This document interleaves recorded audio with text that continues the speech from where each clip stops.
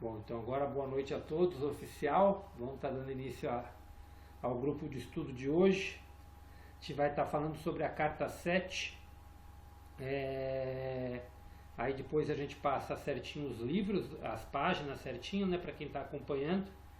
Mas vamos fazer a nossa meditação para a gente fazer a conexão com a consciência crítica para iluminar e abençoar esse nosso dia de aprendizado. Vamos lá, Carmen. Passo-lhe a palavra. Vamos fechando os olhos, fazendo 3 respirações profundas.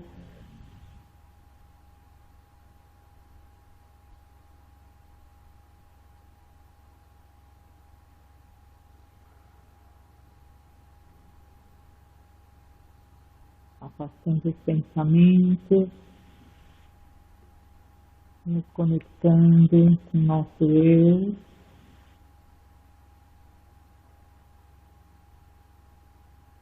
E vamos à oração. Pai, Mãe, Vida, Tu és minha vida, meu constante apoio, minha saúde, minha proteção, a perfeita satisfação de todas as minhas necessidades e minha mais alta inspiração. Peço que me reveles Tua verdadeira realidade. Sei que é Tua vontade que eu seja plenamente iluminado e que eu possa receber melhor a consciência da Tua presença em mim e ao redor de mim. Creio e sei que isso é possível. Creio que Tu me proteges e me guardas no perfeito amor. Sei que meu propósito final é Te expressar. Quando falo contigo, sei que Tu estás perfeitamente receptivo para mim, pois Tu és a inteligência amorosa universal que maravilhosamente concebeu este mundo e o tornou visível. Sei que quando eu Te peço para falar comigo, eu envio um raio de luz de consciência para a Tua consciência divina, e que quando eu escutar, Tu entrarás em minha consciência humana e virás cada vez mais perto do meu espírito e meu coração, mais e mais receptivo. Eu confio meu ser e a minha vida aos Teus cuidados. Gratidão.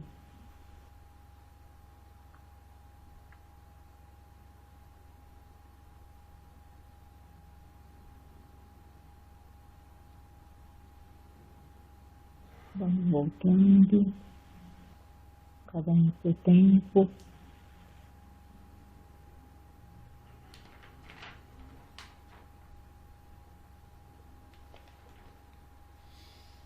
Bom, vamos lá. Bom, a leitura de hoje vai ser das páginas 248 a 257 do livro e da 161 a 166 do PDF. Então vamos estar começando a leitura agora.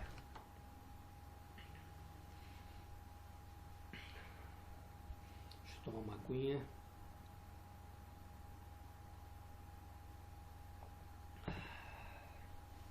Então vamos lá. Elevando o seu nível de frequências de consciência, você perceberá que se sente fortalecido interiormente em espírito e em força vital. E o contrário ocorrerá quando você estiver envolvido nas vibrações de consciências inferiores. Seja porque você mesmo abaixou suas frequências de pensamento, seja porque você foi emocionalmente atraído para elas, se comunicando com uma personalidade negativa ou egocêntrica. Quando isso ocorrer, você experimentará uma perda de energia. Essa perda de energia resulta de uma diminuição da energia física das células de seu corpo. Portanto, ao engajar-se voluntariamente no caminho espiritual, você deveria se ver como um passageiro subindo em um trem para um destino de sua escolha. Se durante a viagem você saltar pela janela ao contemplar verdes vales ou cidades excitantes que oferecem prazeres de todos os tipos e for passear por estradas e caminhos que o levam para longe da viagem que havia iniciado, encontrará dificuldades para retomar a viagem original.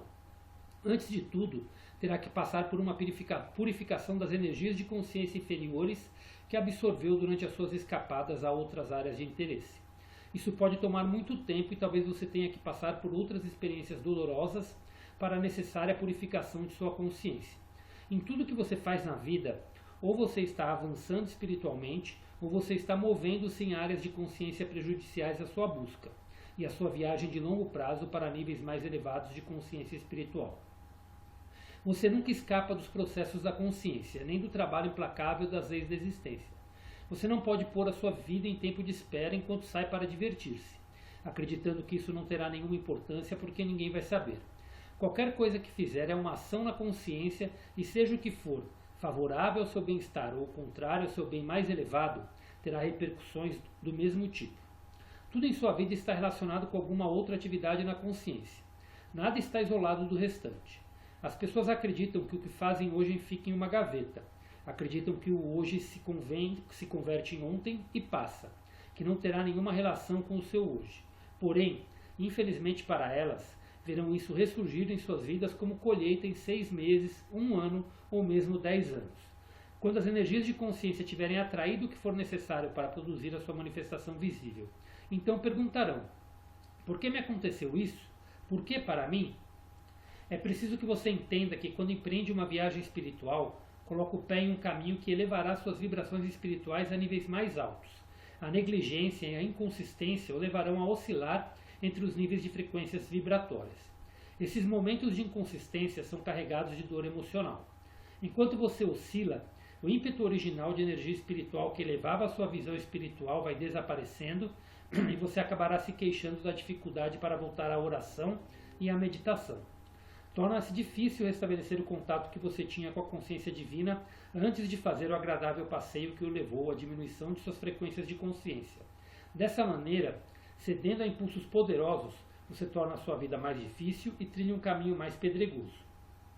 Ao mesmo tempo, os impulsos em sua consciência indicam que certas áreas de sua consciência humana necessitam ser refinadas. Esses impulsos tornam-se os meios necessários para ensinar a você uma lição importante.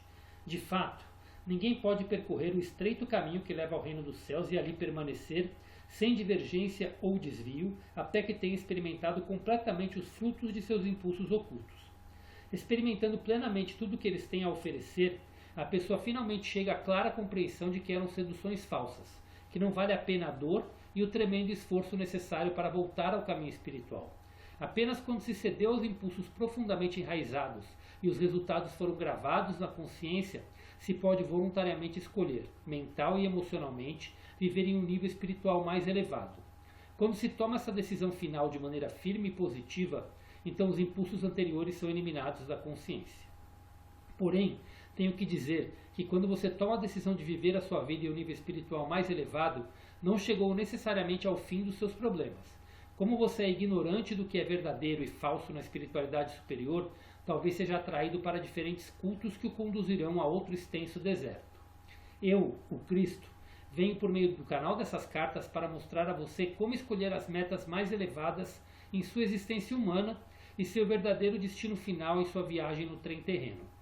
Em sua busca espiritual, você é como uma pessoa a quem se apresentam muitos folhetos coloridos de viagens, onde se descrevem todos os prazeres e luxos de diversos lugares turísticos exóticos, nos quais você poderá relaxar e renovar as suas forças. Um determinado mestre espiritual exibe o encanto de uma viagem que o levará a uma meta específica, a solução de algum problema mental ou emocional, enquanto outro mestre oferece outra meta e outro caminho a seguir. Cada um desses mestres espirituais está oferecendo o alívio de algum tipo de dor ou sofrimento humano que eles mesmos tenham experimentado e superado no passado. Cada um deles encontrou o alívio de sua própria e única maneira. Sem dúvida, todos têm uma mensagem valiosa de um tipo ou outro para partilhar com a pessoa que está desorientada pelos problemas da vida e que não sabe onde buscar ajuda e conforto em sua difícil existência.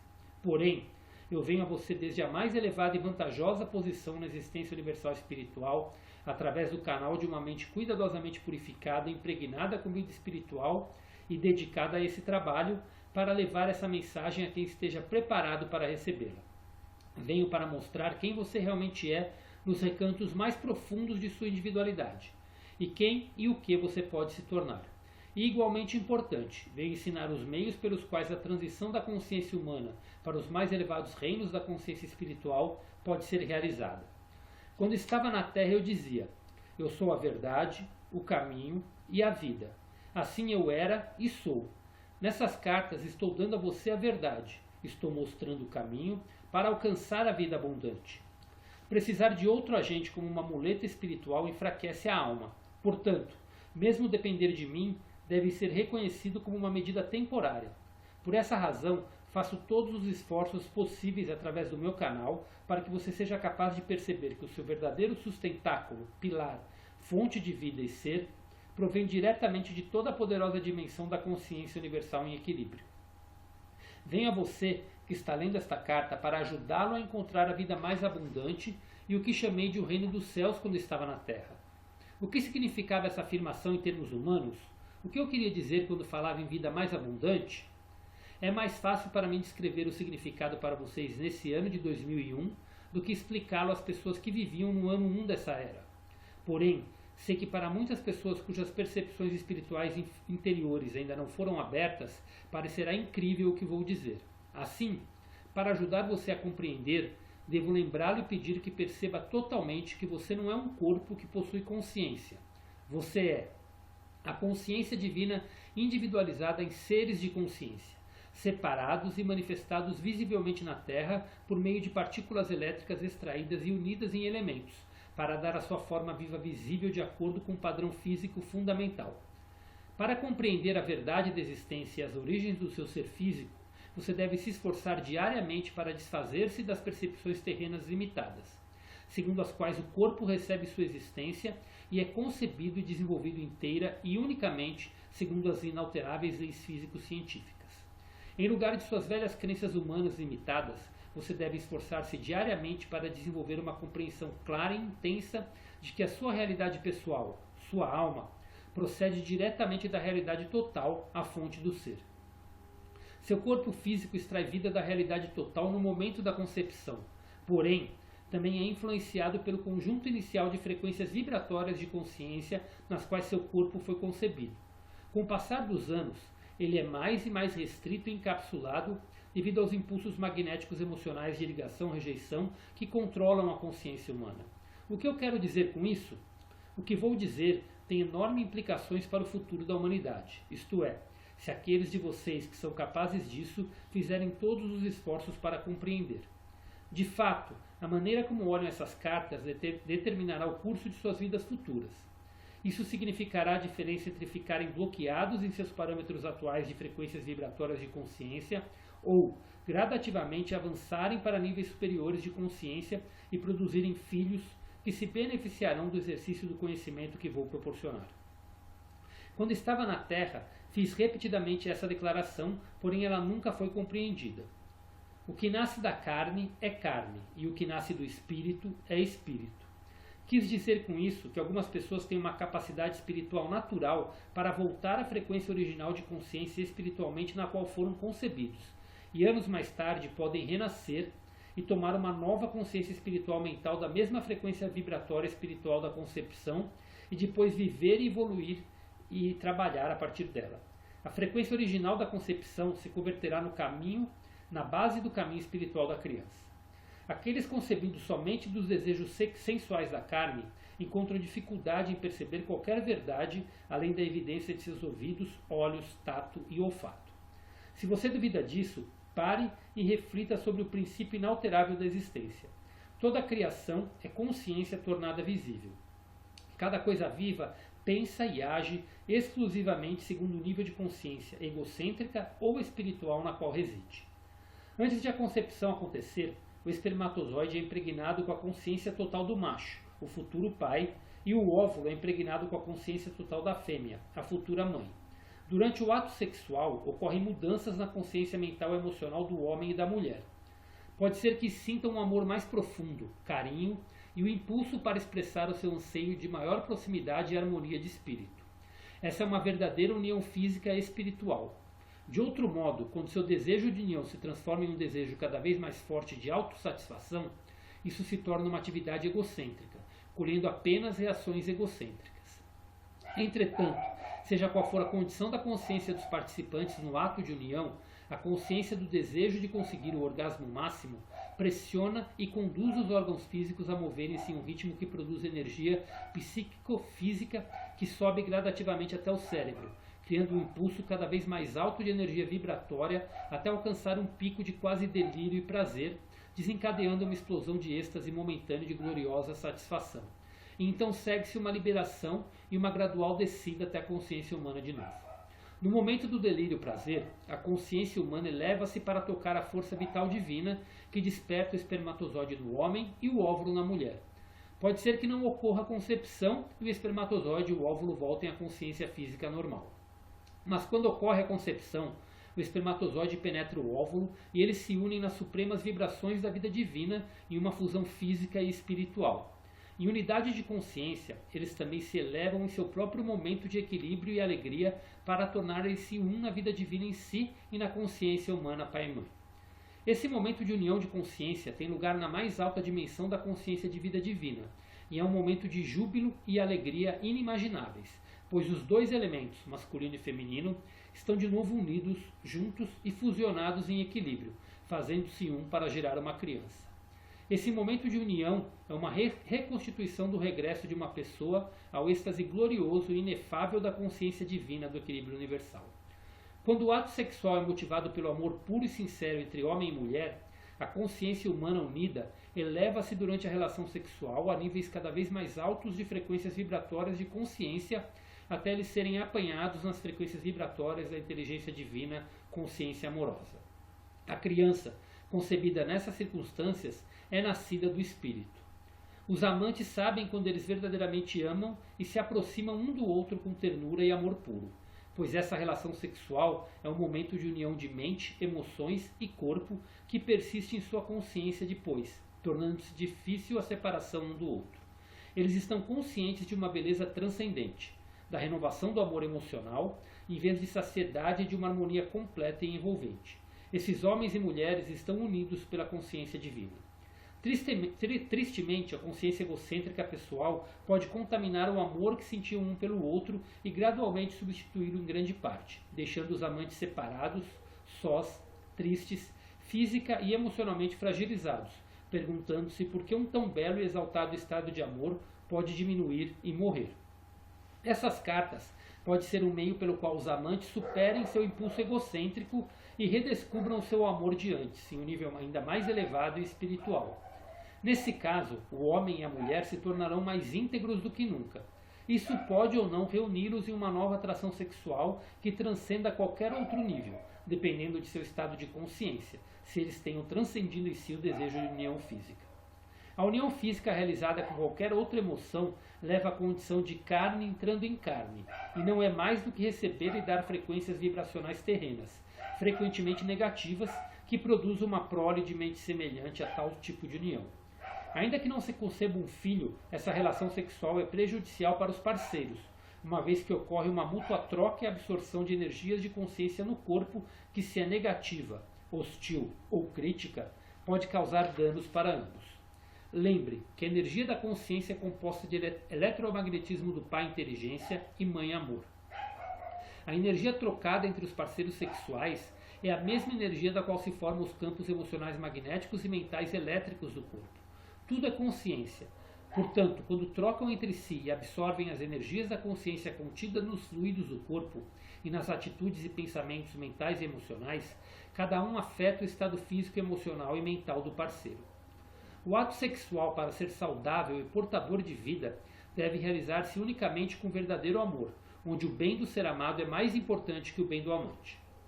Ele nunca deve ser usado para curar desavenças ou feridas emocionais. O ato sexual pode ser um ato prazeroso realizado depois de uma diferença de opinião ou aborrecimento, quando ocorreu um sincero e mútuo perdão e uma plena restauração e renovado amor de um pelo outro, mas nunca para ocultar as mágoas e obter um falso sentido de receptividade emocional no parceiro. Esse ato sexual, sem dúvida, trará aos parceiros uma sensação temporária de bem-estar e boa vontade, pois as suas energias de consciência terão se elevado a frequências vibratórias mais altas. Porém, isso é somente um alívio temporário de suas consciências pessoais.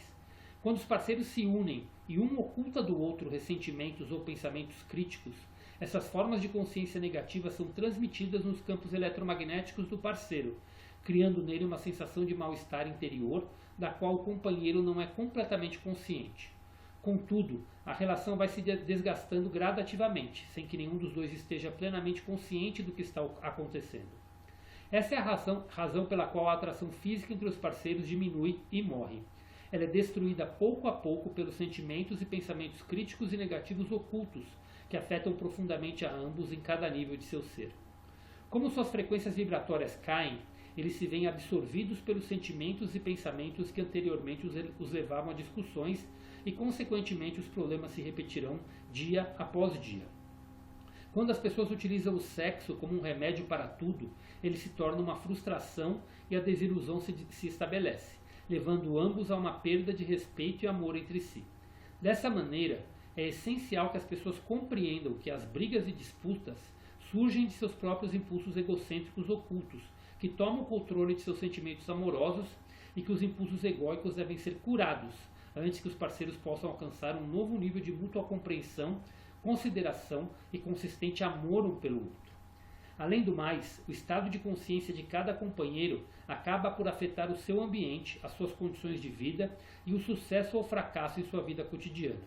Isso também afeta as crianças, criando uma família de mútua cooperação e de padrões mentais e emocionais saudáveis, ou uma família disfuncional, onde nenhum de seus membros tem verdadeira simpatia ou aceitação do outro.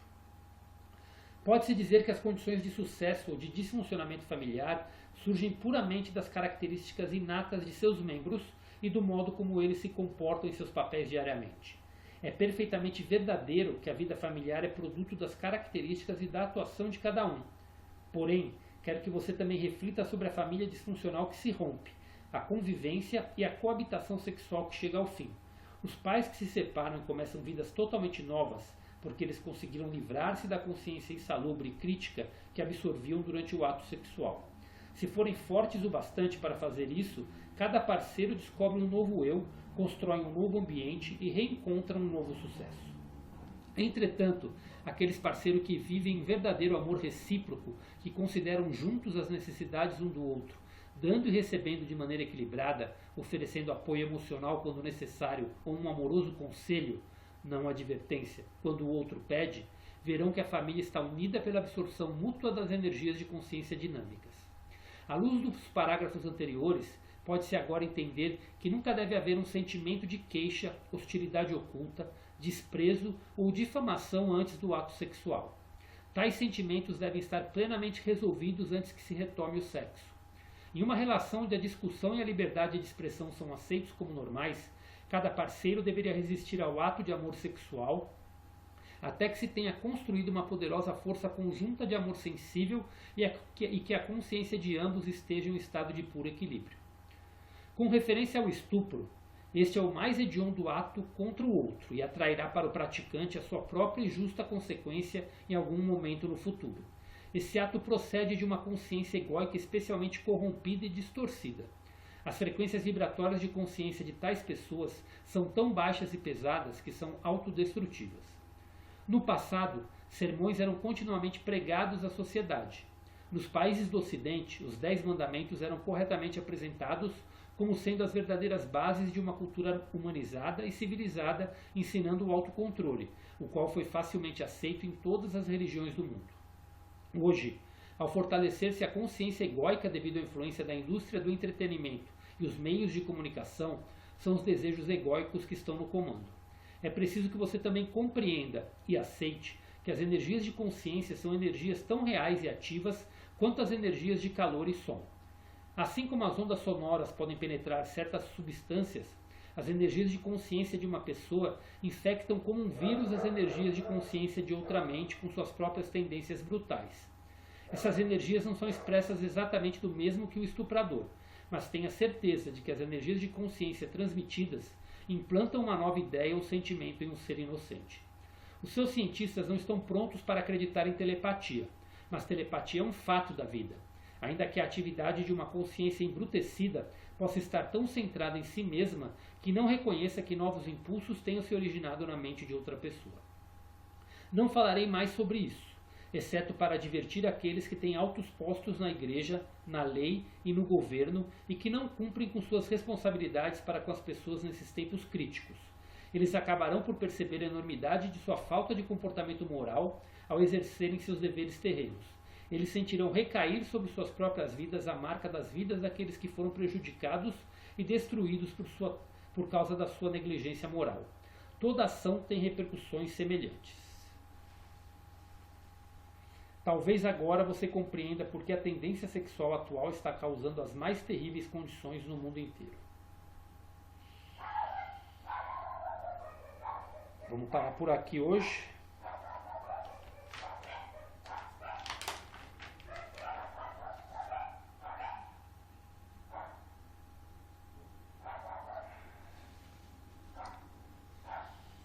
E vamos lá. Aberto para perguntas, questionamentos, dúvidas, comentários.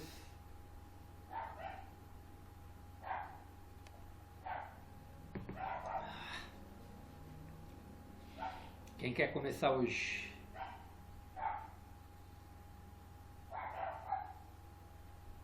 Pode falar, Carmen. Então, eu quando estava lendo, né, sobre essas páginas, não logo no começo que você começou a ler, eu falei, nossa, como que, né, se daria o estupro? E daí ele entrou nesse parágrafo que ele fala do estupro. A minha dúvida, assim, o meu impasse que eu sempre tive a respeito do estupro em si,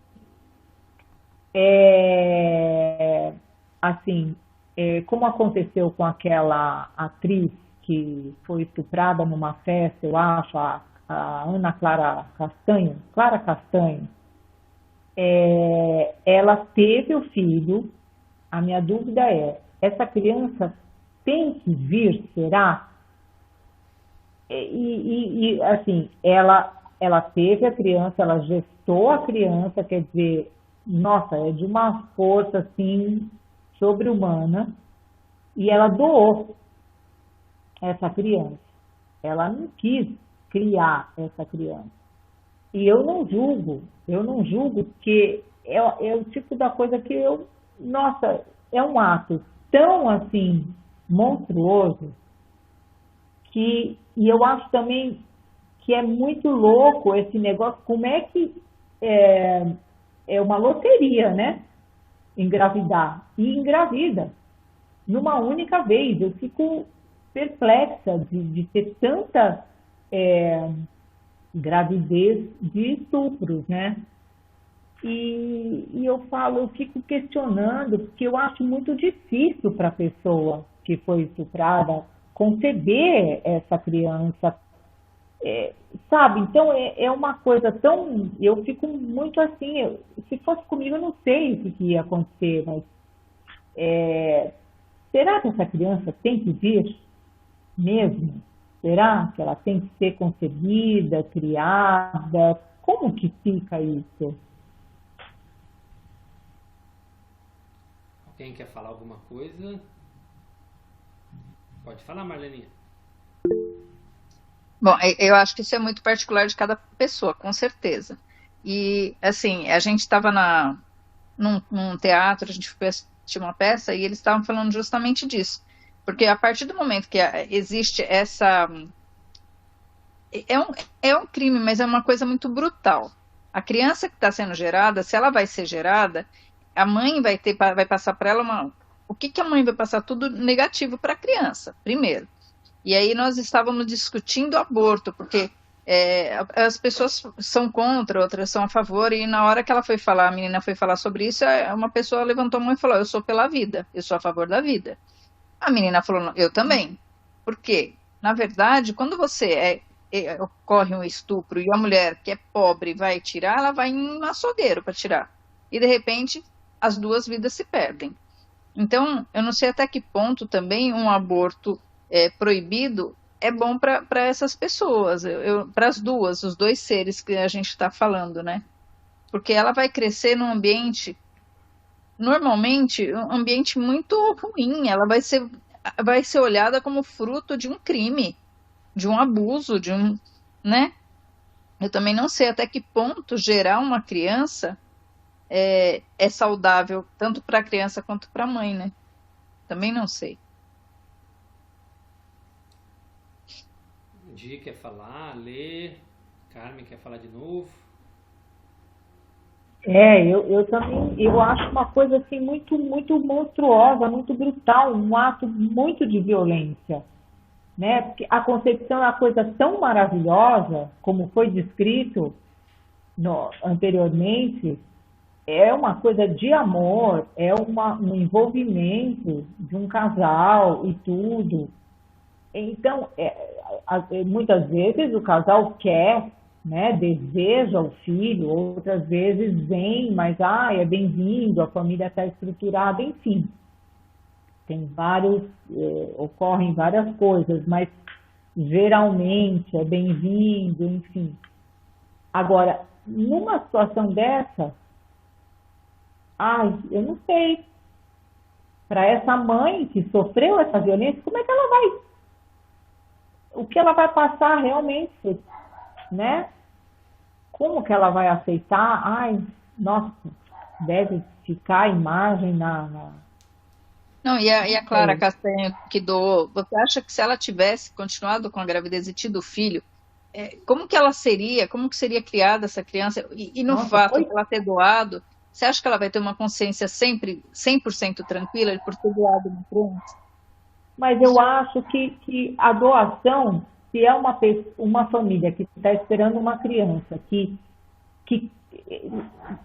de repente nem vai saber que é fruto de um aborto, tá? Eu acho que isso não é passado para a família adotante. Eu acho que essa criança, então, se ela foi concebida e se a menina conseguiu gestar, eu acho que tudo bem, né?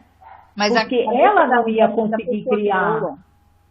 A pessoa que doa, que nem a Clara Castanho que doa. Mas ela fez, eu não julgo ela, eu acho que eu digo assim, você doou, você não quis a criança, mas será que a cabeça dela vai ficar 100% tranquila, pensando, eu doei meu filho, por pior que seja a situação?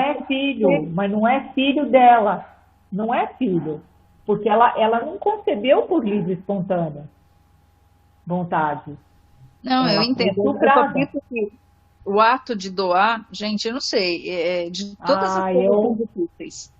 Eu acho que muito difícil, mas eu acho que foi uma saída que ela encontrou. Porque ela não ia conseguir, talvez, amar a criança como se fosse fruto do amor. Ela ia entrar é muito complicado, né? Mas, pelo menos, ela gestou, se essa criança tinha que vir, ela gestou e doou. E a família que vai receber essa criança não vai saber. Então, vai dar todo o amor, porque essa família quer uma criança, né? Então, ela está pronta para receber. Nossa, não gosto nem de pensar também. Muito. Mas né? Assim, eu vejo, assim, todo esse capítulo da seguinte forma, né? Eu vejo mais como uma reflexão do que a gente julgar, do que um fulano fez ou ciclano fez, né? Eu acredito muito no que a Marlene fala, né? Eu sou totalmente a favor da vida, mesmo sabendo, assim, eu acho que não dá nem para se colocar no lugar da pessoa, porque só quem passa pela dor e carrega, né? E vai ser uma pessoa que vai precisar realmente de terapia, de uma sabedoria muito grande, se ela quiser criar aquela criança, né? De alguma forma, né? E ao mesmo tempo também, se ela doou a criança, também não tem nem como falar. Talvez eu concordo bem com o que a Carmen fala. Ela não estava querendo gerar e ela, por um ato de amor pela criança, ela doou para um casal que queira doar o amor, dar amor para a criança, né? Então, mas eu acho que assim, eu acho que eu pelo menos eu me julgo muito pequeno para julgar qualquer tipo de ação nessa situação, né? Do que é feito, do que não foi feito. Eu acho que o importante nisso tudo, eu acho que é o que vale mais é a reflexão da sociedade atual como um todo, né? Lembra lá atrás que a gente estava falando quando foi lá logo no começo, que a gente falou até do problema de enviar pornografia pelo WhatsApp, de enviar essas coisas, né, que é o que estimula hoje. E hoje em dia, como ele coloca aqui, o ato sexual é um ato que é um ato divino, né? E é uma coisa que deveria ser praticada quando feita com amor, tudo mais. Mas hoje a nossa sociedade, com essa liberdade toda que teve, ela acaba fazendo, virou uma coisa totalmente casual, né? Hoje em dia é comum, né? Até pelos sites de aplicativo, pelas coisas todas que tem, acontecer por acontecer, como um desejo simplesmente da carne. E eu acho que o mais, assim, com relação ao ato praticado, esse ato que é praticado, de como é praticado hoje em dia, isso se mostra totalmente nocivo para a própria consciência dos praticantes. Porque por mais que seja, muita gente fala, é uma coisa inocente, foi só pelo prazer, tal, não tem impacto nenhum, né? Assim, pela consciência das pessoas realmente não tem, eles não estão fazendo algo para se auto-prejudicar.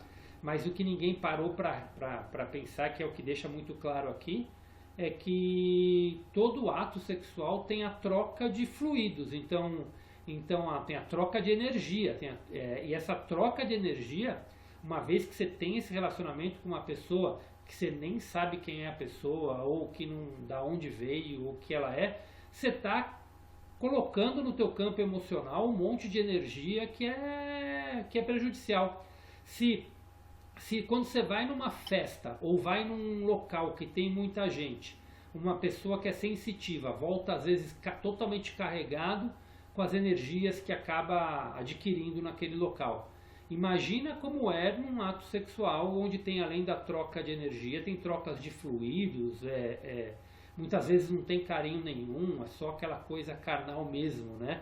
Para uma satisfação de desejo, né?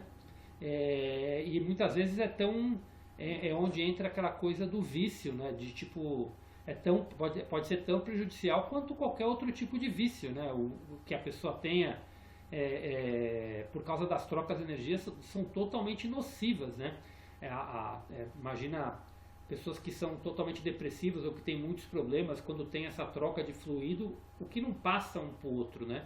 Então eu acho que o que ele quer deixar muito claro aqui para a gente um dos grandes problemas hoje que a sociedade enfrenta hoje em dia, em primeiro lugar, um dos grandes problemas seria esse, em termos de trocas de energia, de você de manter sua frequência de energia elevada ou num nível superior, num nível inferior, tudo mais. Esse é o primeiro ponto.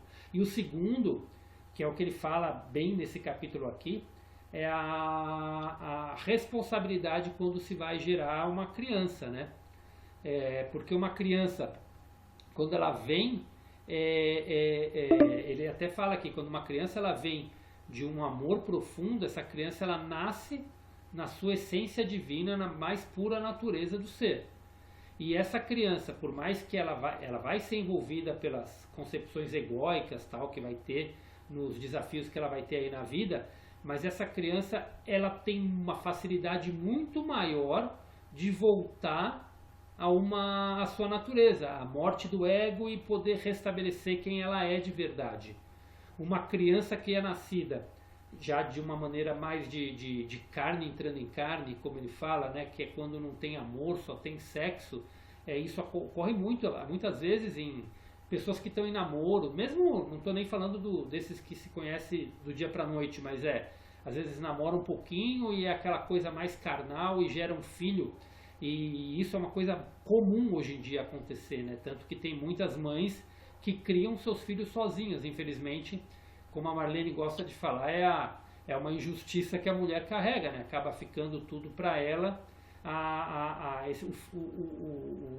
questão de dar amor, de tudo mais, né? Mas essa criança que já nasce de maneira disfuncional, disfuncional não, já nasce desse ato que foi praticado basicamente de forma carnal, ela já nasce dentro do útero quando é gerada, já formando uma consciência egocêntrica pesada, porque não vai ter... A criança já sente desde o útero o conflito, ou o abandono, ou a ausência do pai. Muitas vezes ela sente a rejeição da mãe que está ali, que veio essa criança inesperada e não sabia, e de repente está surgindo ali. E essa é uma criança que provavelmente vai vir manifestar diversos tipos de problemas emocionais, que para ela se curar totalmente muito, não é impossível, mas é muito mais difícil do que uma criança que nasce da questão do amor puro, né? E aqui vem do estupro, minha Nossa Senhora, né? Porque a criança ela é vista desde quando ela foi concebida, ela é vista como um crime, né? Então é uma consciência totalmente doente, que é o pai que gerou, e uma mãe que está totalmente abalada por aquilo tudo que está passando, tudo isso para a criança, né? Então é complicado você pensar em toda a situação, né? Eu acho que mais do que quando ele fala isso aqui nesse capítulo, eu acho que é muito mais do que para a gente entrar num nível de julgamento, mas é para num nível de entendimento de como as coisas são feitas, de como as coisas são geradas, né? Quando no livro de Telos, né, que é o que eu falo, que é aqueles que contam a história da geração, da civilização que vem lá de Lemúria, que são intraterrenos, que é uma civilização de quinta dimensão, que ainda está no planeta, mas vive na Terra, né? Eles contam como é feita a geração de crianças, né?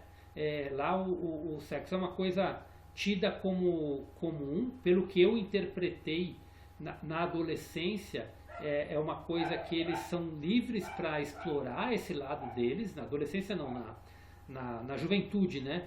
Que nessa geração de quinta dimensão, como a vida, você vai viver 2.000 anos, 3.000 anos, 4.000 anos, você praticamente quase vida eterna, digamos assim, você não tem a experiência física da morte,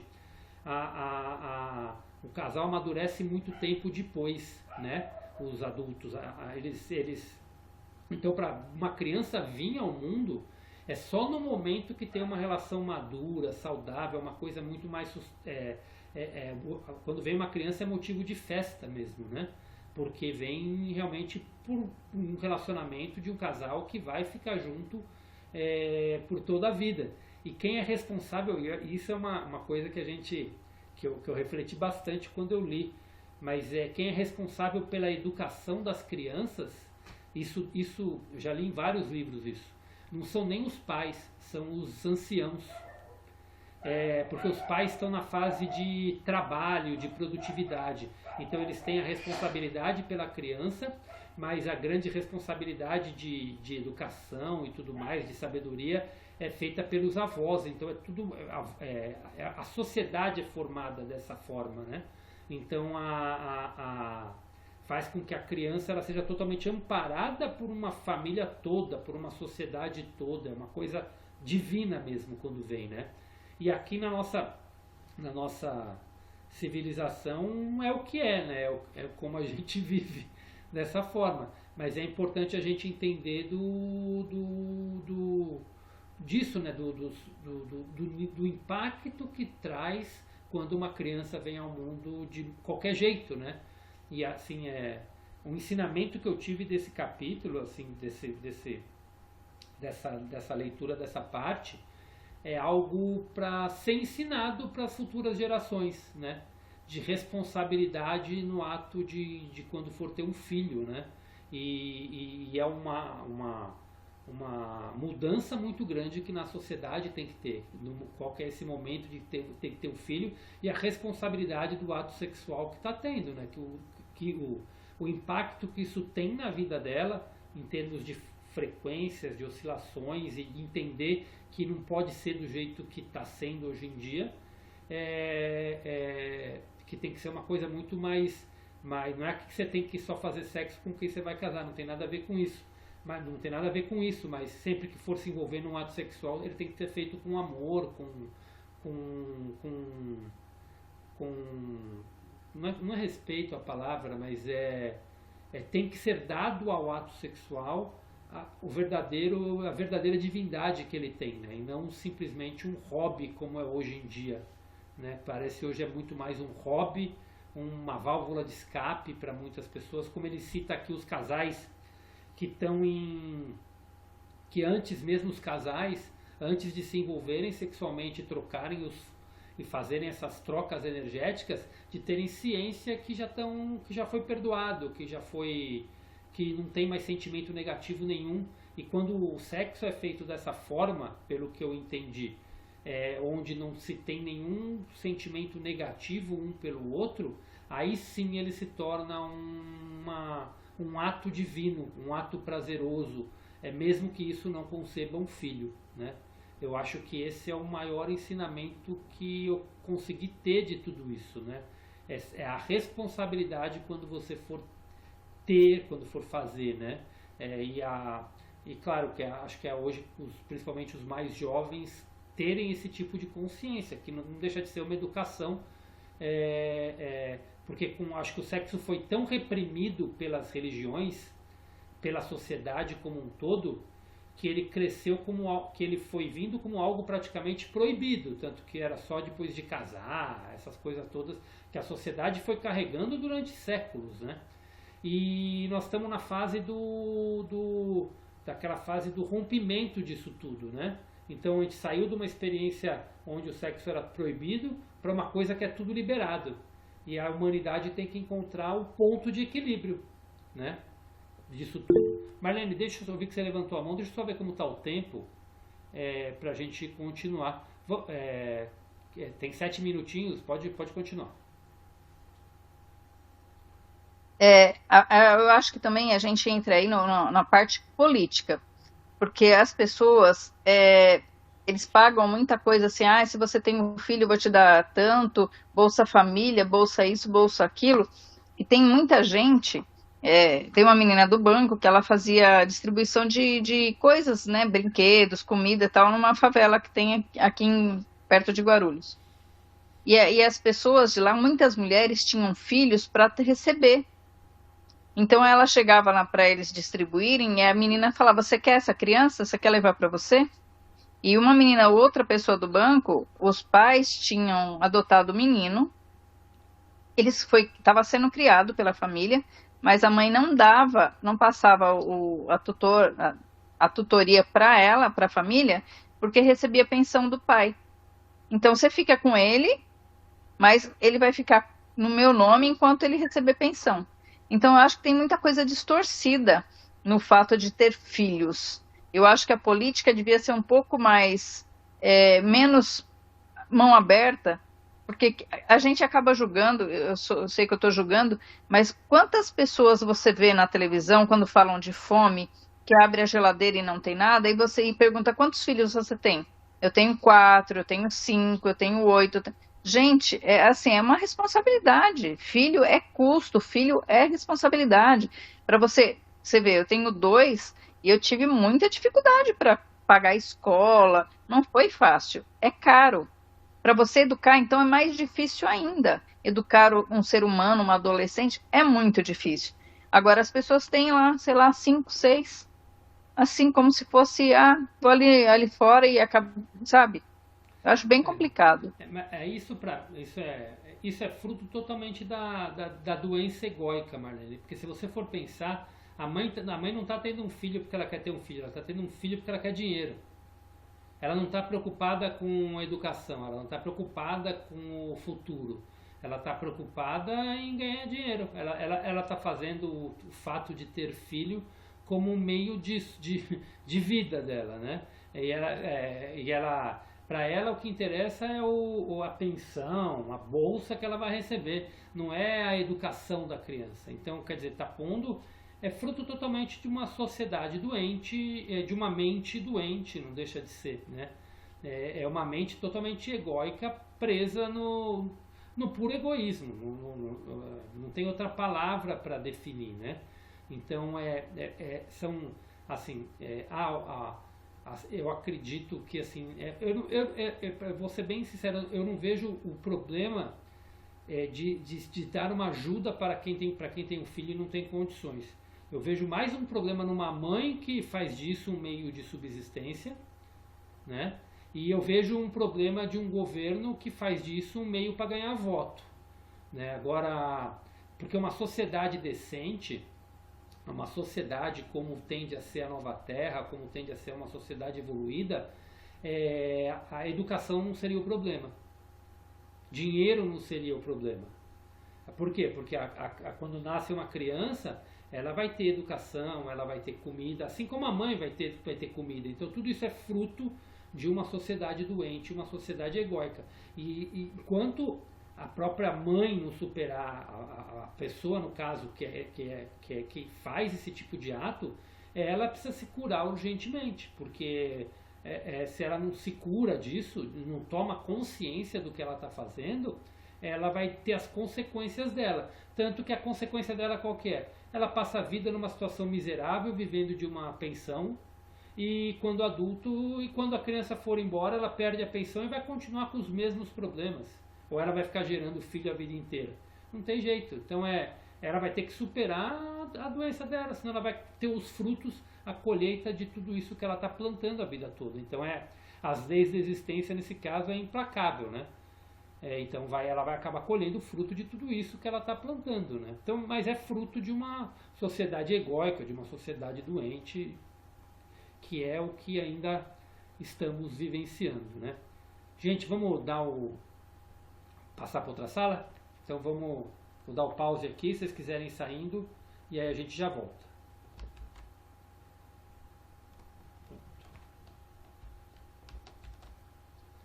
Vamos lá, continuando. Mas a Neolink vale a pena, Carmen. Depois a gente conversa. Tá. Mas então,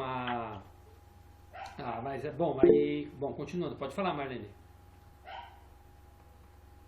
Então, como a gente está... Deixa eu baixar aqui. Como a gente estava falando que a pessoa tem os filhos sem consciência, mais como um comércio, a gente tem que entrar no que você falou lá no começo, sobre quando você está fazendo uma escolha, você está plantando. E aí, quando você vai colher aquilo, responsabilidade daquele seu ato, lá do começo, pode demorar anos, pode não ser uma coisa imediata. Tipo assim, ela pode ter os filhos, ganhar dinheiro, viver aquela vida miserável de sustento, e lá na frente os filhos começam a cada um partir para a sua vida, porque também tem consciências muito limitadas, né? E aí ela demora muito para colher o fruto daquilo que ela fez. E às vezes a pessoa não liga o que você está passando hoje com o que você fez lá atrás. Não necessariamente desta forma, mas eu sempre falo, tem pessoas que são ruins, fazem umas coisas ruins, mas ela vai pagar pelo que ela está fazendo, porque ela mesma está criando uma situação que lá na frente vai ser ruim para ela. Sim. Só que lá na frente, quando acontece a coisa, o efeito do que ela fez, ela não liga o que ela fez lá atrás. Eu estou passando isso hoje, porque lá atrás eu fiz determinada coisa que não era boa, que não era uma coisa legal. Mas isso é normal, Marlene. Assim, hoje, assim, o que a gente mais acompanha, né, eu vejo a lei aqui com as pessoas que passam pelos processos que estão passando. A maioria das pessoas, não importa a idade que tenha, todos os traumas são gerados na infância. E a gente vai carregando disso e a gente acaba fazendo consequências. A maioria dos traumas das pessoas é gerado na infância e a gente acaba inconscientemente replicando essas dores emocionais ao longo da vida. Então, até o momento que se cria consciência.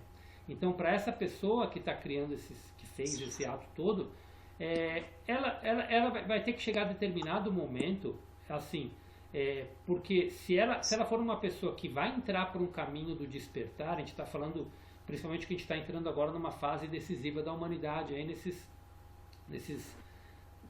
ciclo aí de 7 anos que vai durar, que começou em 2021 mais ou menos, que vai até o final dessa década aqui, que muitas pessoas vão ter seus momentos de despertares. Essa pessoa, se ela for uma pessoa que realmente está engajada em querer ter uma consciência espiritual superior, ela vai ter que se libertar de tudo isso. E o dia que ela tiver consciência do que ela fez, a culpa que essa pessoa vai ter que se liberar é muito grande. A culpa de ter botado pessoas no mundo, de ter feito pessoas sofrerem por atos que ela fez. E ela vai ter que se libertar de tudo isso. E se ela não se libertar, ela vai passar a vida dela com problemas que vêm dessa culpa que ela inconscientemente carrega. Porque a pessoa pode fazer isso e aparentemente não ter, tipo, tô nem aí pra isso, entendeu? Vamos dizer assim. Mas a alma dela sabe que ela fez coisa errada. E a vida dela vai ficar ruim, porque a alma dela sabe que ela fez coisa errada. E uma hora, ou ela vai ter que passar por um processo de dor e de libertação de tudo isso, para criar uma consciência, para parar de fazer isso ou para não fazer, ou se ela não criou consciência, ela vai colher as consequências, muitas nessa vida, e talvez até em outras vidas, porque talvez vai ser numa outra vida, talvez ela vai ser o fruto de uma mãe dessa, né? Então, eu não tô assim, por exemplo, uma criança que nasce, por exemplo, vou dar um exemplo aqui, mas de um ato para a gente entender ele de uma maneira neutra. E quando eu falo de maneira neutra, a gente tem que entender que o universo, as leis universais, as leis da existência, elas não são boas nem ruins, elas são neutras. Porque se você plantar coisa ruim, você vai ter uma colheita ruim. Aí você pode falar que Deus é ruim, mas não é Deus que é ruim, você plantou coisa ruim, então você vai colher coisa ruim. E se você plantar coisa boa, você vai colher coisa boa. Então vamos pensar na criança que nasceu vítima de um estupro. O que essa criança fez no passado para ela nascer nessas condições hoje? Mas era só um bebê. Não, eu não estou aqui julgando, estou falando uma mente neutra. O universo ele é neutro, é ação e reação. Então, muitas vezes, essas consequências vêm de coisas que foram plantadas lá atrás. Se a gente parte do pressuposto que nada é por acaso, que tudo está certo como está, que tudo é ação e reação, sendo colhida ao longo de um espírito que é eterno, né, de uma alma que é eterna, de uma vida que nunca termina, talvez essa pessoa veio aqui para... Ela pode até ser abortada ali. Mas só o sentimento que ela já sentiu naquele momento já veio para criar uma consciência nela de um fato que ela fez no passado. Porque uma alma, quando entrou num feto ali, já é uma alma. Então ela já veio para tratar alguma coisa sendo abortada ou não. Tá? Então, a consequência vai ter. Isso faz parte das leis da existência, isso vai ter a colheita. Agora, qual que é o intuito de tudo isso? É que a alma cria e aprende as suas lições. Às vezes a gente não sabe o que a gente fez em vidas passadas também, mas por isso que ele fala que é muito complicado ser julgar, muito complicado não é correto ser julgar, porque a gente julga com uma visão limitada, com a visão do hoje, com a consciência que a gente tem agora, sem saber o que a gente fez lá atrás. Então, pelo que a gente pode saber aqui, ninguém foi santo, né? Porque nós tivemos que passar por experiências para trazer aprendizado. E quanto mais elevada é uma consciência hoje em dia, quer dizer que ele passou por muitas coisas para chegar nesse aprendizado hoje, né? Então, por isso que as mentes mais evoluídas não julgam. Por quê? Porque elas têm plena consciência de que elas erraram muito lá no passado. Então, quem é ela para... como Jesus falava, né? Quem nunca errou, que atire a primeira pedra. Porque todo mundo tem erros lá atrás, né? Então, mas agora aprendeu com esses erros e não vai mais repetir. Então,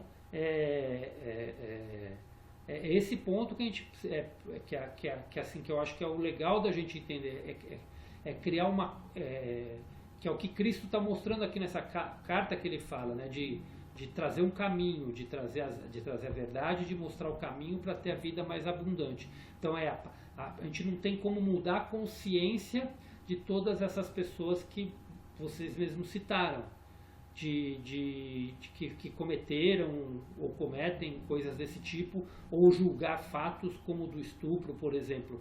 Mas a gente tem que ter a consciência de a nossa consciência. A gente só pode lidar com a nossa consciência.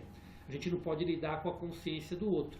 E o que a gente pode fazer a partir de que a gente tenha essa consciência, além da gente viver com essa consciência e vivendo com as leis da existência, é propagar isso para quem é próximo da gente e fazer diferente com quem está próximo da gente, que é onde a gente tem um raio de influência, né? Então eu vejo isso. E quando você falou do governo, eu ia até citar o que ele fala aqui no final da leitura de hoje, né? Eu quero ainda voltar hoje para o início da leitura, mas aqui no final da leitura ele fala: não falarei mais sobre isso, exceto para advertir aqueles que têm altos postos na igreja, na lei e no governo, e que não cumprem com suas responsabilidades para com pessoas nesses tempos críticos.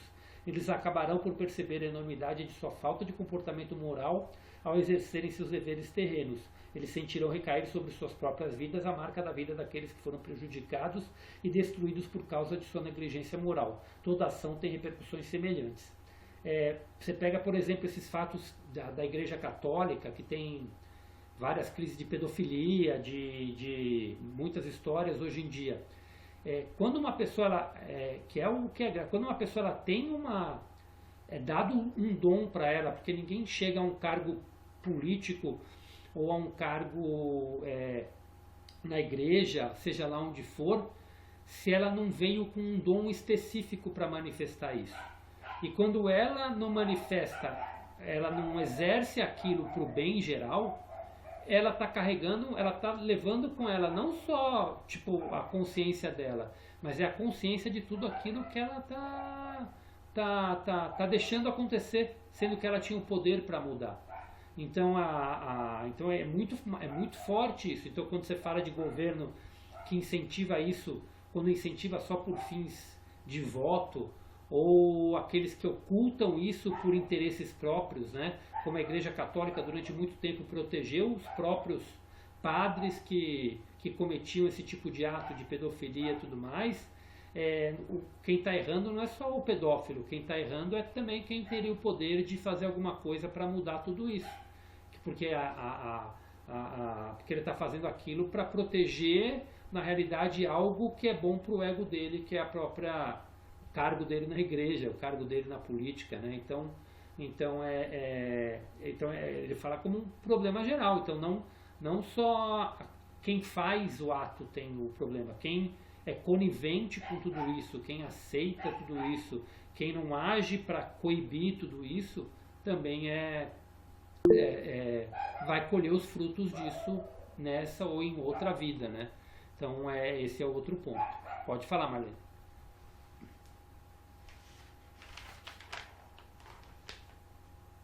Para você, eu acho que nessa questão da pedofilia na igreja, eu vejo isso muito, associo muito ao fato deles serem celibatários, né? Os padres não podem casar, tem todo aquele mito. Se é uma concepção, se é uma coisa boa, por que eles são proibidos? Então eu acho que eles proibidos, aí que eles vão fazer algumas coisas para liberar essa energia que eles têm.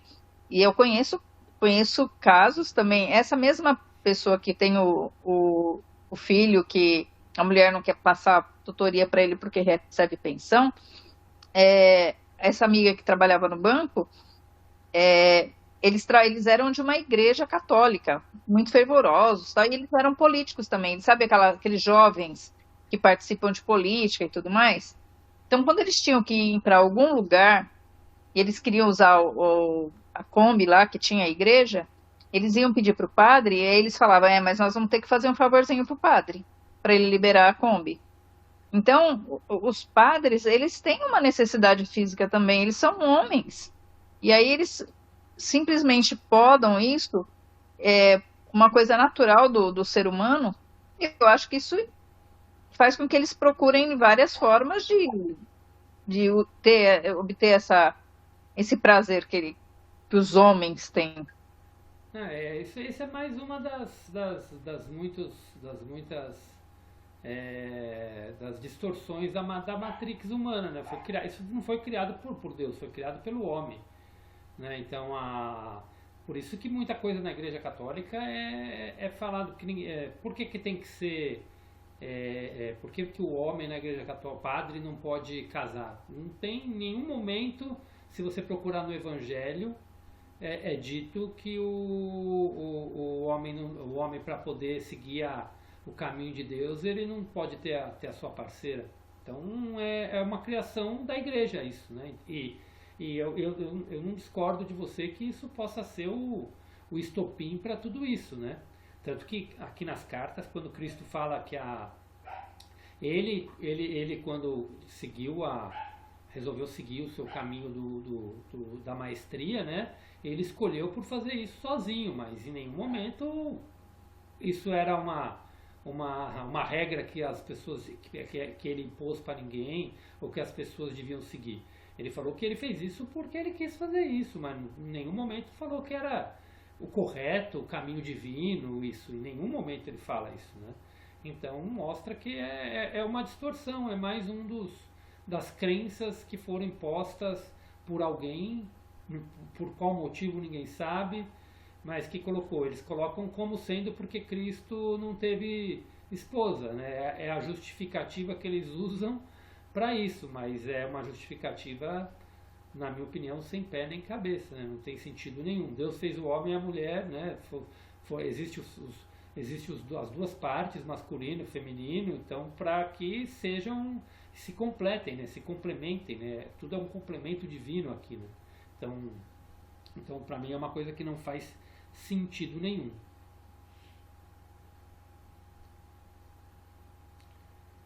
E eu queria falar um pouquinho também lá no começo, quando a gente estava no começo da leitura de hoje, né, a gente estava lendo da elevação do nível de frequência para quem está nessa busca de um caminho espiritual mais elevado, né, dos cuidados que tem que tomar, né, assim, de cuidados que fala de não cair novamente nos erros, né. Alguém queria comentar alguma coisa sobre isso ou não?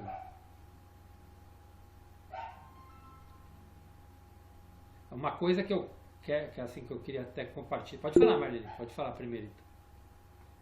Não, é que quando foi lá no começo, está falando de você seguir um caminho e você tem um foco, né? Você vai para aquele caminho e aí você não sair, você não vê coisas, não se divertir do lado. Isso assim, eu não sei se eu entendi muito bem, mas eu entendi que você traça um caminho para você seguir e você não tentar se desviar desse caminho.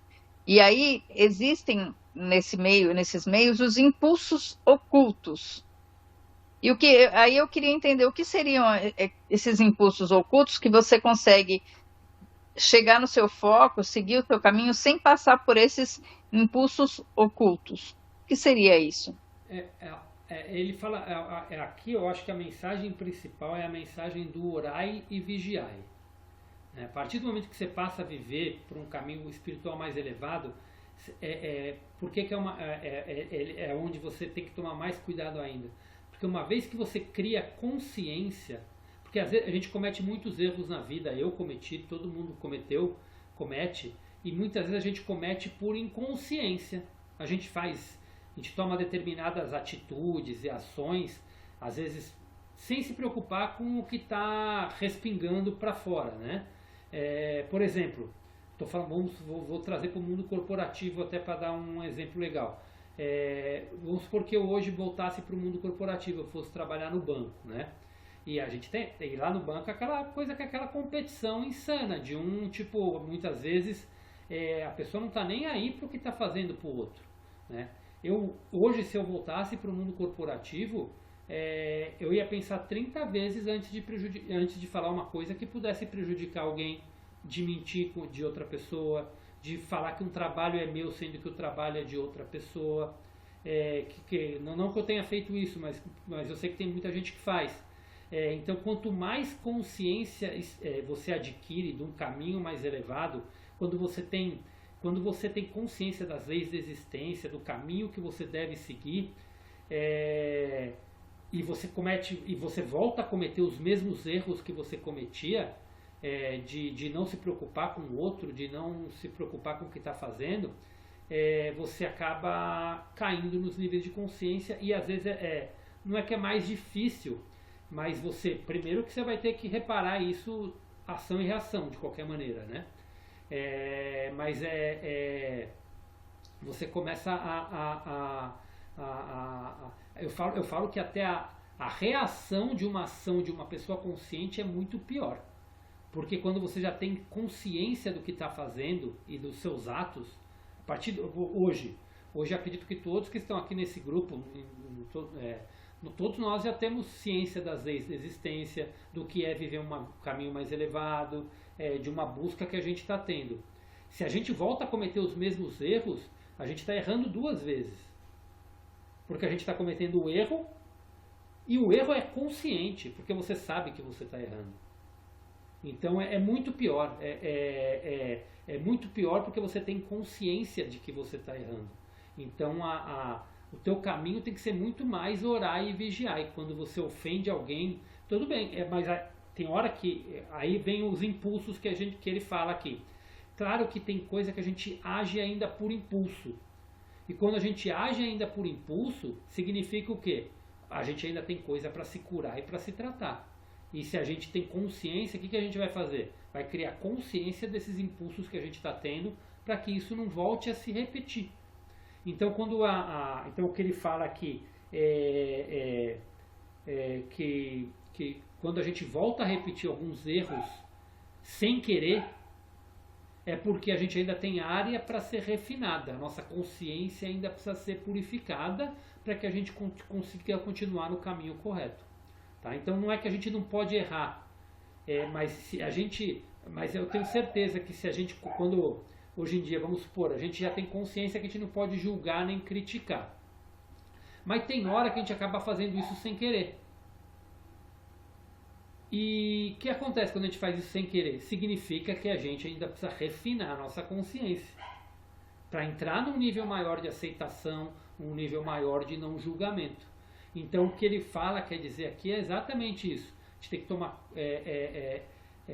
enquanto tiver vindo esses resquícios de consciência egóica, a gente tem que continuar se purificando, continuar trabalhando nossa purificação de consciência para que isso não venha se manifestar. Até chegar um determinado momento em que aconteça uma mesma situação que no passado te deixaria possesso, ou que faria você criticar, julgar, sair atirando pedra, até o momento que isso se torne neutro para você.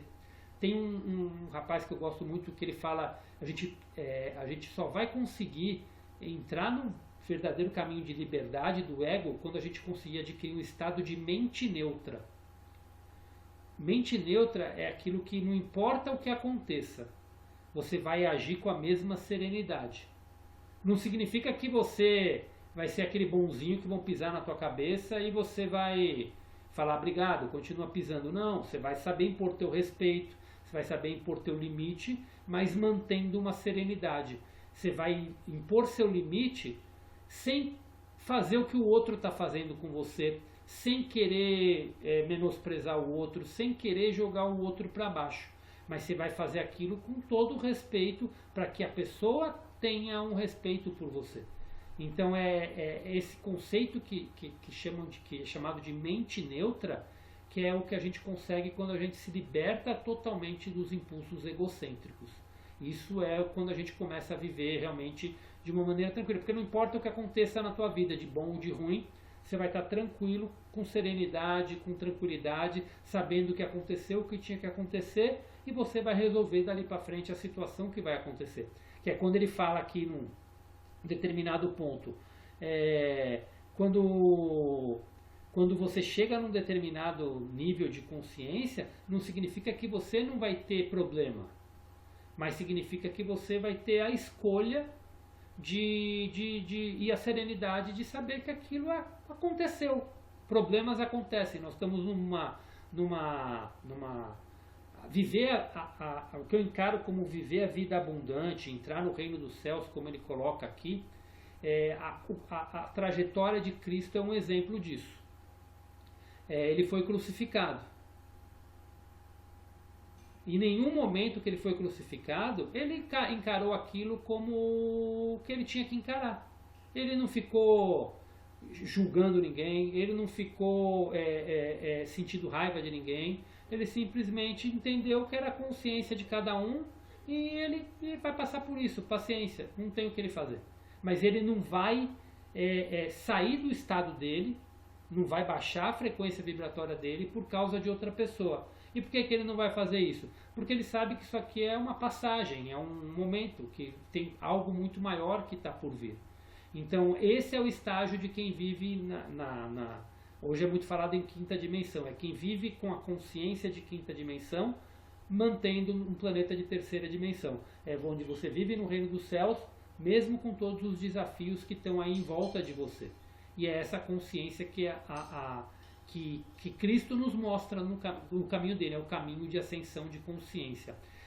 Qual que é o futuro? O futuro é que a gente viva num local onde todas as pessoas tenham o mesmo nível de consciência. E aí não vai mais existir doença, não vai mais existir conflito, não vai mais existir nada disso. Isso é um futuro, isso é a nova Terra, isso é uma Terra regenerada, é uma coisa que está sendo formada. Mas nessa fase de transição, a gente precisa aprender a desenvolver esse nível de consciência mas vivendo com os desafios que a gente ainda vive nessa terceira dimensão, sabendo que você pode ser assaltado num determinado momento, entendeu? Sabendo que algo pode acontecer para te prejudicar. Mas o que eu acredito piamente é que quando você atinge determinado nível de frequência de consciência hoje em dia, cada vez menos esse tipo de coisa acontece com você. Por quê? Porque você passa a cocriar aquilo que você quer e esse tipo de coisa não vai mais atingir você. Você naturalmente afasta esse tipo de situação de você. Isso porque hoje, isso eu acredito hoje, na humanidade como está hoje, no planeta como está hoje.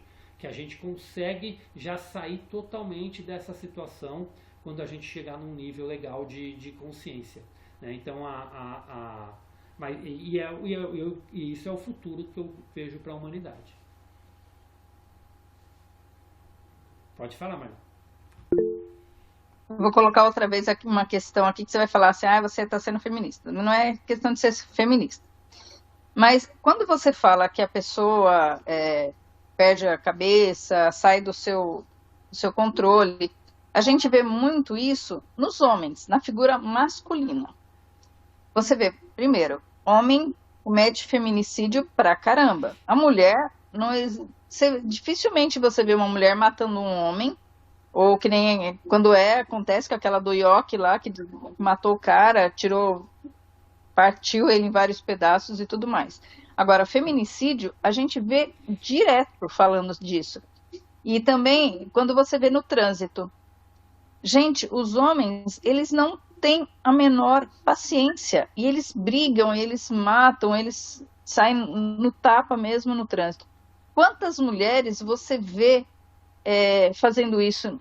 Então, eu sempre imaginei, sempre pensei o seguinte, o homem, figura masculina, ele usa muito o instinto animal, porque a gente é dividido entre racional e irracional.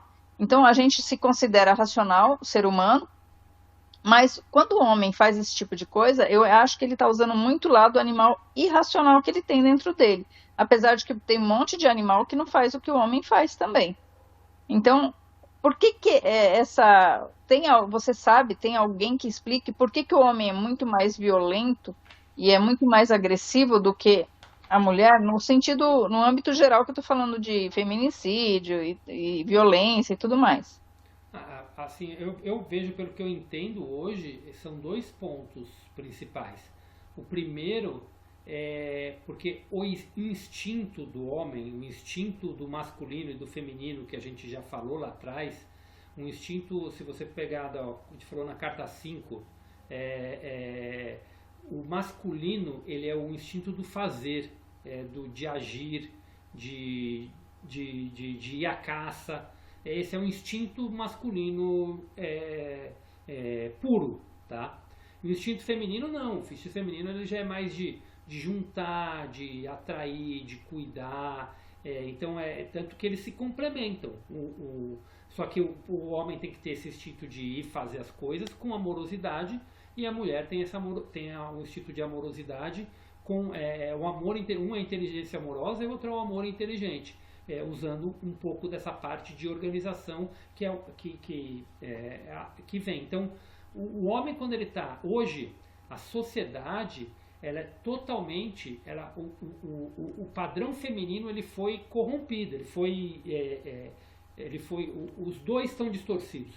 O padrão feminino ele foi rebaixado. Então, a maioria dos homens eles agem 100% com o impulso masculino e não manifestam nada do impulso feminino. Então, significa o quê? É uma sociedade doente. Tá? Então, ele manifesta aquilo que está dentro dele. E mesmo a mulher, hoje em dia, ela está com um impulso masculino muito forte. Esse impulso de querer dar conta de tudo, de querer trabalhar, cuidar da casa, de fazer tudo, isso é um impulso masculino distorcido e feminino distorcido. Porque não é incumbência da mulher de fazer tudo. Então, só que o homem, ele manifesta isso muito mais, por quê? Porque hoje em dia, a sociedade como está,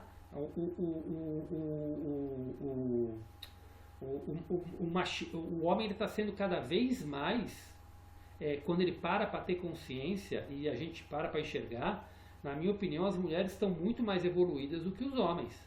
Elas mostram sua capacidade muito maior do que os homens. Tá? Então, e qual que é a única defesa que um homem que está doente vai fazer? É botar o teu instinto para fora.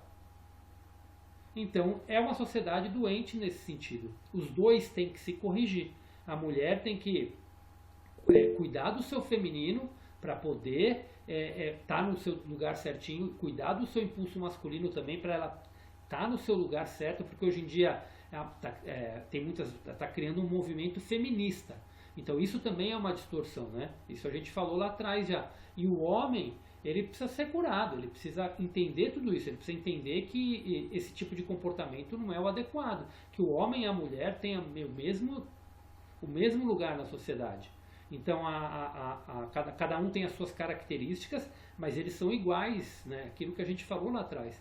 Então eu hoje em dia considero, pelo que eu vejo nas buscas, quando a Lê faz um encontro de constelação, 10% que aparece é homem. Quando tem 20% é muita coisa. Então, por quê? Porque a mulher hoje está procurando realmente a cura dela. Ela está reconhecendo que ela precisa ser curada e que ela precisa encontrar, porque ela está ficando doente com tudo que a sociedade está exigindo. E o homem não está enxergando nisso. O homem ele continua. Aqueles que estão começando a se enxergar doente, eles se fecham, mas eles se fecham tanto que não tem nem coragem de se abrir, não sabem nem como se abrir, não sabem nem o que procurar, não sabem nem o que falar, e ainda quando é uma mulher que vai ajudar ele a se tratar, ele às vezes se fecha mais ainda, porque ele fica com vergonha de falar todos os pontos fracos dele para uma mulher. Pode falar, Carmen. Então, mas é a falta de equilíbrio, né? Sim, a falta de equilíbrio. Que está faltando em tudo, né? Tem muitas distorções, a competição entre homem e mulher também, nesse século ficou muito mais, né, acirrada e tal. Então, tem muitos homens que têm medo das mulheres atuais, Sim. Por serem mais dinâmicas no mercado de trabalho também, eles se sentem... E uma série de inversões, né, de valores, de distorções. Realmente, é a falta de equilíbrio. Se a gente for pensar na sociedade como um todo, os nossos pais, né, acho que todos assim, todos aqui acho que tem, não sei a idade da Alê, mas nós estamos 40 a mais com certeza todos aqui, né? Eu acho, né? Não sei a Alê.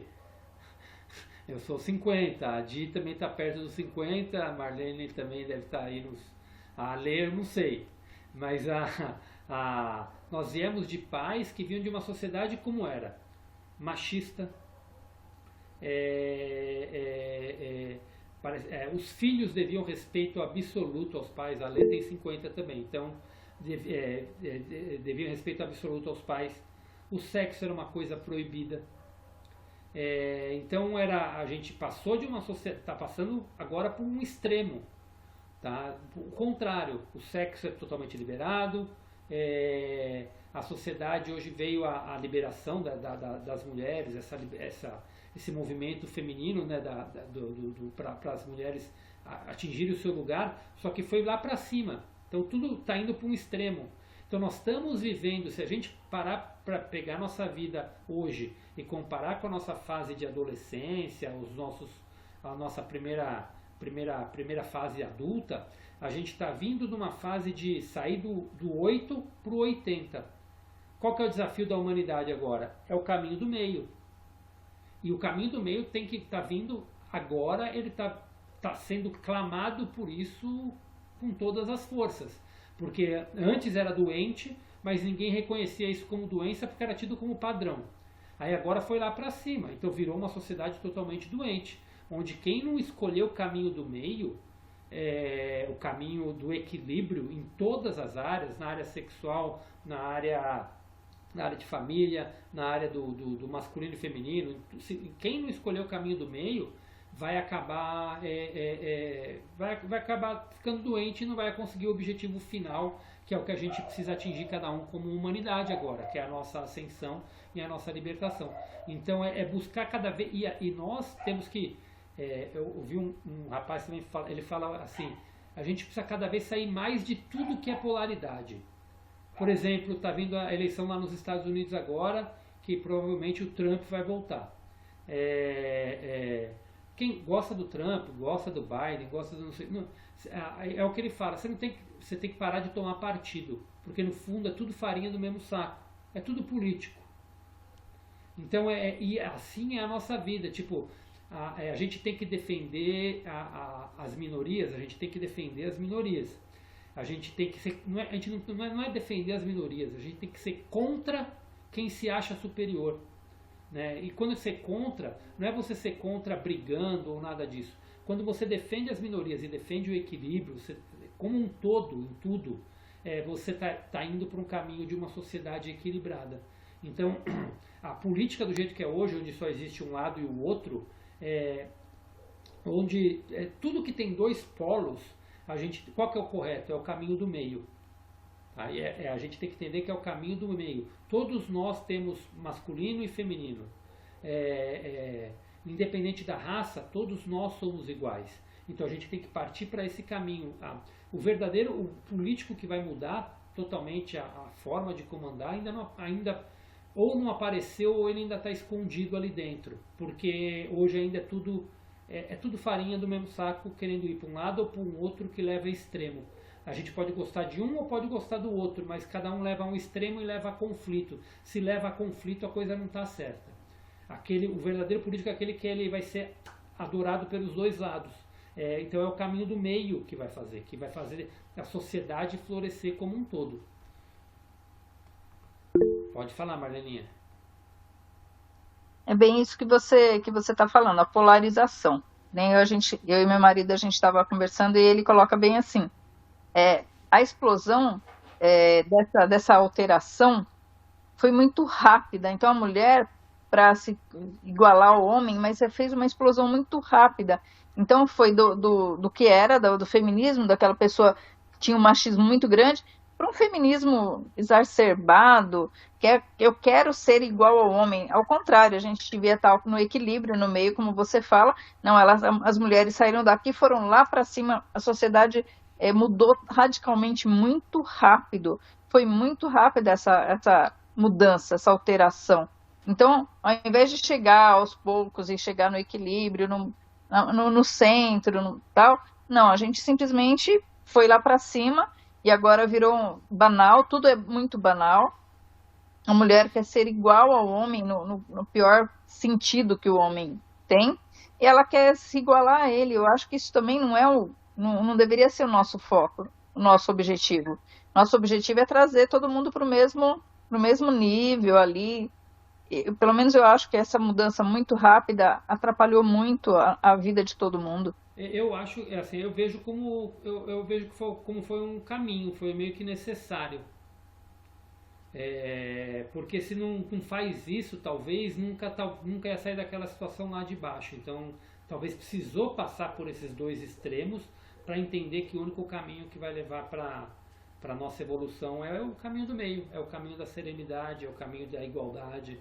Mas talvez teve que passar por esse caminho, porque senão não ia impactar na sociedade como está impactando hoje em dia. Porque na minha opinião, Assim, eu vejo muitas empresas, e a maioria é ainda muito machista, é, é,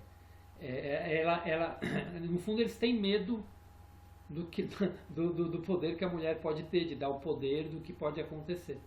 Então, e isso não é uma distorção também, é uma doença. Então, por isso que eu vejo que, eu não vejo muita demora não, eu acredito que nos próximos anos muita coisa vai acontecer para realmente ter esse tipo de igualdade, para entender que todos são, acho que a maioria uma boa parte já entende que todos são iguais.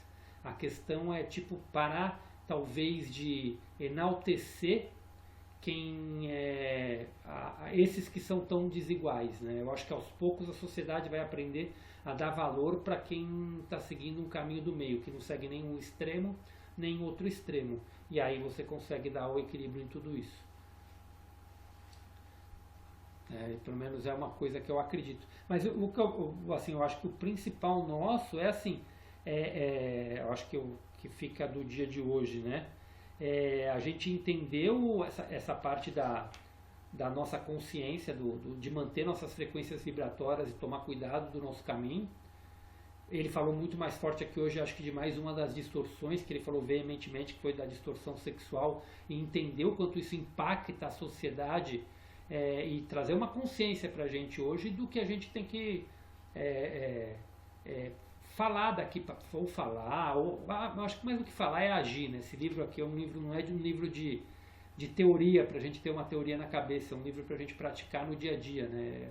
É uma maneira de caminhar. Cristo ele nos traz o caminho que ele seguiu para atingir a maestria, que é o caminho que ele nos traz, e ele nos dá esse modo de viver. Então, eu acredito que é esse ensinamento mais um que ele nos dá, dessa vez voltando para um outro ponto, que é para essa parte sexual, né? Então, é mais um caminho para a gente poder estar seguindo daqui para frente. Alguém queria complementar mais alguma coisinha? Pode falar, Marlene. É só uma curiosidade. A gente foi na casa de uma amiga minha que trabalhou comigo no banco. Ela ainda está no banco. E ela falou que, porque o banco ele mudou muito em relação a quando você trabalhou no banco, a quando eu trabalhei e agora como está. Porque quando a gente trabalhava no banco, esse negócio de, por exemplo, do sexo, a gente achava que tinha uma pessoa com nome de mulher ou de homem, você via a foto lá no portal, você via que era uma mulher. Você falava, nossa, olha, o nome dele é o nome de homem e é uma figura feminina. E aí ela falou que agora isso é a coisa mais normal de ter no banco, você cruzar com pessoas, todo jeito que eles falam, mulher trans, homem trans e não sei o quê, e o banco começou também a ter muitas pessoas mais de idade trabalhando. Eles estão admitindo pessoas com mais idade. Porque, imagina, quando eu estava trabalhando em 2019, as pessoas com mais idade estavam sendo queimadas, assim, tanto que eu saí, quando eu saí do banco, foi por causa tinha vários requisitos para o PDV, e era a idade, eles queriam tirar as pessoas aposentadas, e a minha amiga, ela é aposentada desde mais ou menos de quando eu era, desde 2016, ela se aposentou. Então o banco tá muito diferente. Traje, as roupas, Cris, tem gente que vai de bermuda, que vai de chinelo, que vai de calça de agasalho, isso não se admitia na nossa época. Na época, lá era terno, gravata, camisa e tal. Mas aí eu olhava assim e falava, gente, não, tá certo isso? A pessoa de calça de agasalho vindo trabalhar no banco, que estranho. Não, mas mudou muito. E cada vez muda muito mais radicalmente a consciência, o que o banco está fazendo. Isso eu acho legal. Eu sempre tive no meu ponto de vista, né? Não é a roupa que você trabalha, não é a idade que você tem que vai determinar se você é um bom funcionário ou não é um bom funcionário, né? Isso eu sempre tive. Eu trabalhei, na minha época era sempre terno e gravata, né? Eu saí do banco em 2003, né? Então foi muito tempo, né? Então deve ter mudado demais mesmo, né? Nesse período. Mas é isso, gente. É legal isso, né? É legal porque eles estão querendo acompanhar Sim, a sim. transição, a fase. Eles querem ser atuais, né? Aham. Querem aceitar as coisas como são. Eu acho isso legal. Eu também, não. Isso eu acho que são coisas que tem que cair, né? Você já permite trabalhar em casa, né? Em casa você trabalha do jeito que você quer. É, verdade. Não é, não é a roupa que você está vestido que vai te fazer produzir mais ou produzir menos. Mas é isso, gente. Alguém quer colocar mais alguma coisinha dos temas de hoje? Cris, você só não me. Eu só fiquei com dúvida no que seriam os impulsos ocultos, que ele cita no texto, que ele fala que você consegue ir sem passar pelos impulsos ocultos. Ah, aqui na. Deixa eu ver se é a parte que eu falei, eu acho que eu respondi, mas eu acho que talvez passou batido. Aqui, ao mesmo tempo, os impulsos em sua consciência indicam que certas áreas de sua consciência humana necessitam ser refinadas. Seria essa parte aqui, logo no começo da leitura, não é? Não, é mais para frente. Antes de falar da parte sexual, ele fala que a gente está fazendo a viagem, não sei o quê, e durante essa viagem, acho que é mais para o começo, vamos dizer assim, que aí existem impulsos ocultos. Se você consegue fazer essa sua caminhada sem passar pelos impulsos ocultos. Peraí, deixa eu ver se é isso aqui mesmo.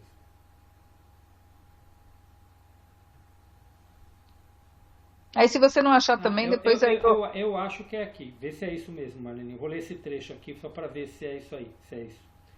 É preciso que você entenda que quando empreende uma viagem espiritual, coloca o pé em um caminho que elevará suas vibrações espirituais a níveis mais altas.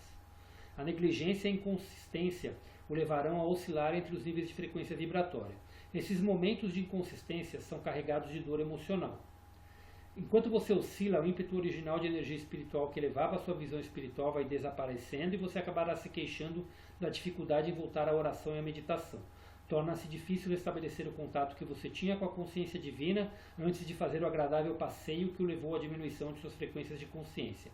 Dessa maneira, cedendo a impulsos poderosos, você torna a sua vida mais difícil e trilha um caminho mais pedregoso. Ao mesmo tempo, os impulsos em sua consciência indicam que certas áreas de sua consciência humana necessitam ser refinadas. Esses impulsos tornam-se os meios necessários para ensinar a você uma lição importante. De fato, ninguém pode percorrer o estreito caminho que leva ao reino dos céus e ali permanecer, sem divergência ou desvio, até que tenha experimentado completamente os frutos de seus impulsos ocultos, experimentando plenamente tudo o que eles têm a oferecer. A pessoa finalmente chega à clara compreensão que eram seduções falsas, que não vale a pena a dor e o tremendo esforço necessário para voltar ao caminho espiritual. Apenas quando se cedeu aos impulsos profundamente enraizados e os resultados foram gravados na consciência, se pode voluntariamente escolher mental e emocionalmente viver em um nível espiritual mais elevado. Quando se toma essa decisão final de maneira firme e positiva, então os impulsos anteriores são eliminados da consciência. É essa parte, né? Então, esses impulsos ocultos é aquilo que eu falei, aquele exemplo que eu dei, por exemplo, você está ali você já tem uma consciência, né, de que não pode prejudicar o outro, mas às vezes acontece alguma coisa e você age da mesma forma e sem querer você prejudica outra pessoa. Ou quando acontece alguma coisa e você explode com raiva e nesse explodir com raiva você ofende a outra pessoa. Isso são impulsos ocultos que ainda estão dentro de você. O teu impulso egocêntrico é mais forte do que a tua consciência. Mas é o que ele fala. Quando isso manifesta, é o momento que você tem que levar de aprendizado. Se você está no orar e vigiar e tá realmente no caminho para ter uma consciência mais elevada, você vai perceber que esse tipo de comportamento teu precisa mudar. Então você leva para a purificação da consciência. Você faz aquele exercício de levar esses seus impulsos para o limbo da sua consciência, até você parar de manifestar e ter uma mente neutra para tudo o que acontecer. Então são os impulsos que você manifesta ainda sem querer, coisas que você faz ainda você já tem consciência, mas você ainda age de forma inconsciente em alguns momentos. Então esses são impulsos que você precisa quebrar. Então são eles que fazem você poder ir se refinando até você atingir a elevação da sua consciência.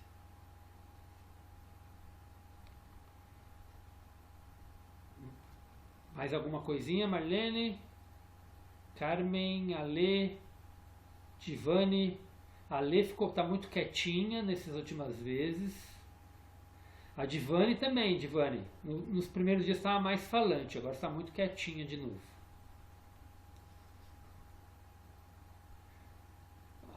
A mãozinha dela ali.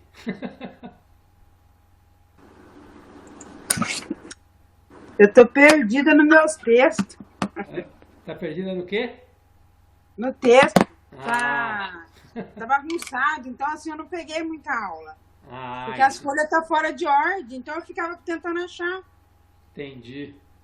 Pega o PDF, aí vai localizando por eles, é mais fácil. Pega o original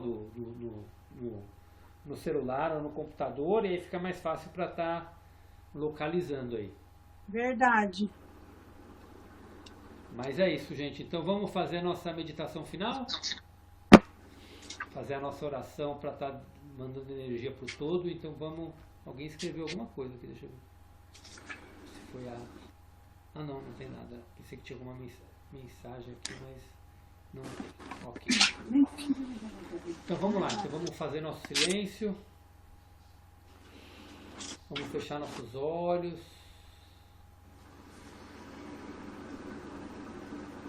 Silenciar nossos pensamentos. Vamos relaxando o nosso corpo.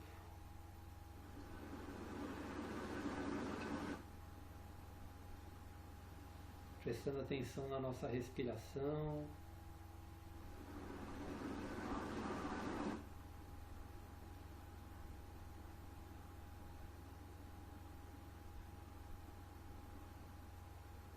E nesse nível de silêncio, vamos procurar mandar energias positivas, vibração de luz, vibração de amor, para todas as pessoas que vocês acham que estão necessitando, que vocês conheçam. Ou para aquelas regiões que vocês sabem que tem problemas, seja de fome, de miséria, de guerra, que estão passando por alguns conflitos e que estão precisando de iluminação, de luz, de sabedoria para que elas possam entender tudo aquilo que elas estão vivendo. Então vamos emanar muito amor, muita luz para essas pessoas, pessoas que estão enfermas, doentes. Cada um agora, na sua energia, vamos procurar emanar tudo isso.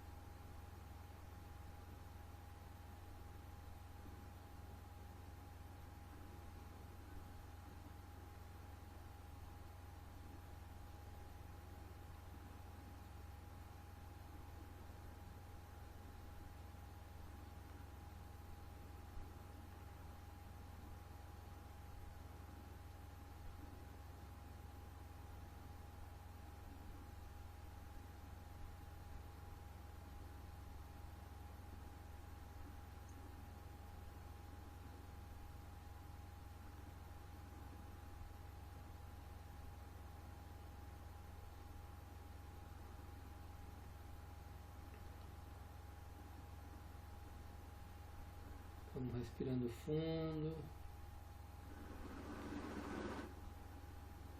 Aos pouquinhos vamos voltando.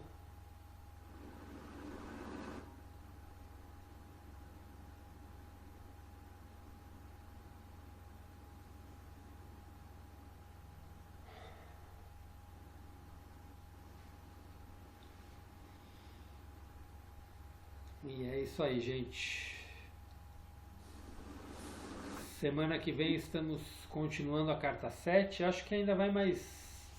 Vou dar uma lida nela para ver se dá pra gente fazer em uma ou serão duas ainda, né? Tem um trecho longo, né? Então, se der para dividir em dois, eu vou estar dividindo em dois pra gente poder conversar bastante aí.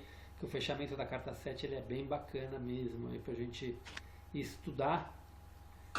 E vamos praticar cada vez mais, que é o mais importante, né? A gente vai ter que ter um dia aí para a gente poder compartilhar algumas vivências, como cada um está vivenciando os ensinamentos das cartas aí no dia a dia. Logo, logo está completando já. Nós começamos em setembro.